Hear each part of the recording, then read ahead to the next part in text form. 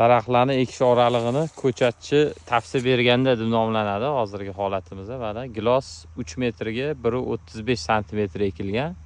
Nechinchi yil edi, doda?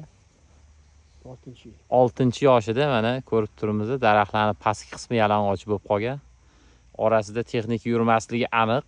Ikkinchi masala, pastda hosil to'liq yo'qotiladi bunaqa holatda va faqatgina shu narvon qo'yib tepasidan yoki dronda tersa bo'ladi mevasini buni.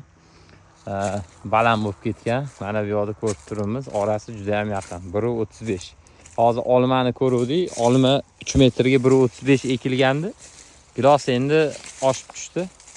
Shuning uchun tavsiyani imkon bo'lsa ekish haqida navlarni tanlash yoki meva turini tanlash bo'yicha tavsiyalarni imkon boricha ko'chatchidan olmaslik kerak. Ayniqsa katta bog'li maslahatchi bilan ishlagan to'g'ri bo'ladi.